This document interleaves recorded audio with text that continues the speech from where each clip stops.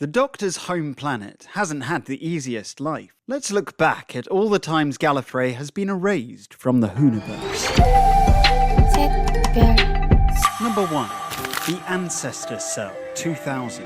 Prior to Doctor Who's return in 2005, the BBC was in the process of wrapping up the 8th Doctor novel series to pave the way for the new show. The final book in this series, although not the last published, was the Gallifrey Chronicles, and this is how it was presented in its blurb. The Doctor's home planet of Gallifrey has been destroyed. The Time Lords are dead. Their TARDISes annihilated. The man responsible has been tracked down and lured to Earth in the year 2005, where there will be no escape. But Earth has other problems. A mysterious signal is being received. A second moon appears in the sky, and a primordial alien menace waits to be unleashed. And if you watched the 9th Doctor series after reading this novel, you could be forgiven for thinking that there was some connection. The Doctor claimed in the 2005 episode The End of the World that his home planet was gone and was just rocks and dust, indicating a continuity link to the Gallifrey Chronicles. But they are, in fact, completely separate strands. In the novel, the man responsible is in fact the Doctor, who destroyed Gallifrey in an earlier book called The Ancestor Cell in order to prevent it from being erased from history. But he has no memory of this event, and much of the Gallifrey Chronicles revolves around the Doctor trying to figure out what happened and how his home planet and his memories can possibly be restored. Believe it or not, the events of the Ancestor Cell and the Gallifrey Chronicles can be made to fit into the continuity of the TV show, including the destruction of Gallifrey in the 9th Doctor's era. The 8th Doctor book, Range, certainly leaves this possibility open when it concludes, without providing a definitive answer. Number 2. The End of the World, 2005. As mentioned previously, the 9th Doctor stated in The End of the World that his home planet was gone and that it was just rocks and dust. He goes on to say that there was a war and we lost. As it turns out, these events are separate from the ones described in the Ancestor Cell and the Gallifrey Chronicles. But without spoilers, it is possible for both destructions of Gallifrey to coexist in the same timeline. In the 2005 series, Gallifrey found itself embroiled in the time war with the Daleks, which soon encompassed most of the universe. The result of this was seemingly the complete destruction of both Gallifrey and the entire Dalek race. And once again, the Doctor was responsible. He claims he was the only one who could end the Time War, and he did so using a piece of Time Lord technology known as the Moment, wiping out both the Time Lords and Daleks in one fell swoop, leaving him the sole survivor. And look away now if you don't want spoilers, because it later transpires that Gallifrey survived the Time War. On the day of the Doctor, it's revealed that whilst the Doctor did indeed steal the Moment, he didn't use it to destroy Gallifrey, but seal it inside a parallel pocket universe, meaning that it wasn't gone, but lost. And the subsequent series, from 2013 to 2015, focus on the Doctor trying to find his home planet again. Ultimately, he does, and he pays a visit in 2015's Hellbent. It's not a warm reception, though, as the Time Lords bring him back as their prisoner. However, at the end of Hellbent, Gallifrey still stands, albeit still inside its pocket universe. Number 3. Spyfall, Part 2, 2020. Alas, Gallifrey doesn't last very long, and by the time we reach 2020 Spyfall, we discover that it has been wiped from existence once more. This time, it has been destroyed by the Doctor's old enemy, the Master. This is what he says when he confronts the Doctor. I took a trip home. Gallifrey, hiding in its little bubble universe. Not sure how to describe what I found. Pulverized, burned, nuked, all of the above. Someone destroyed it. Our home, razed to the ground. Everyone killed.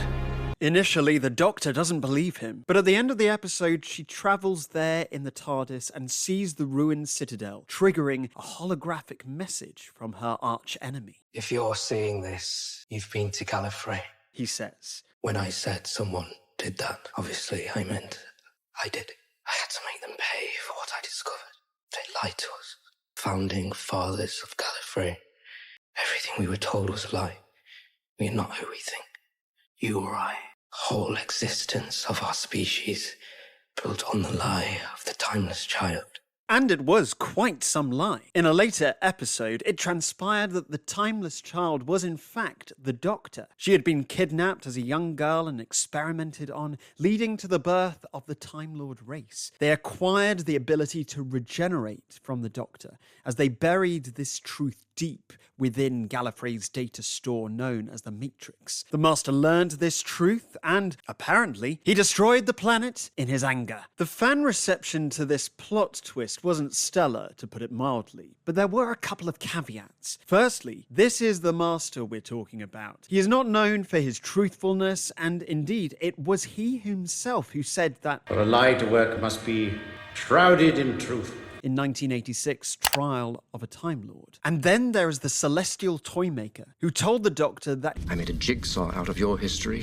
suggesting that he may have fabricated the entire Timeless Child saga. In any case, there's no denying Gallifrey's destruction. As things currently stand, the planet still lies in ruins, and no comments have been made about its future, if indeed it has one. What are your thoughts on Gallifrey's tumultuous history? Do you think it should be restored or remain a memory? Share your opinions in the comments below. Enjoyed this deep dive into the Whoniverse? Smash that like button and subscribe for more Doctor Who content.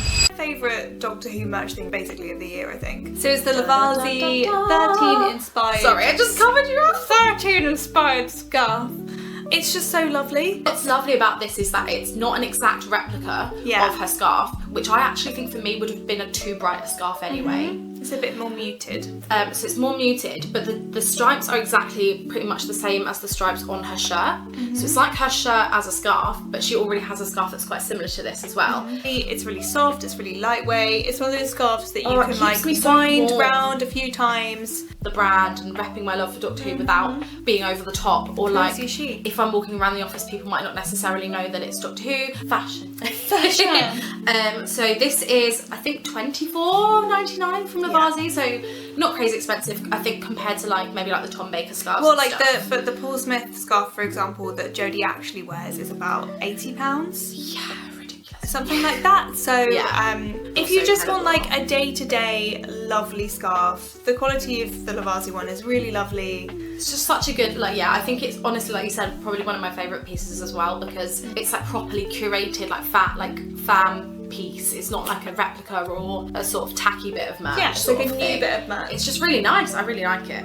So this, I think on the website is called the Doctor Who laptop bag, but I actually use it as like a travel bag because I don't know if you can see, but it's really quite big. Quite substantial. So I take overnight stuff in this. Like I brought all my stuff here with my laptop and some books, some clothes and stuff here to Kez's. If I go to my mum's, I'll take all my stuff in it.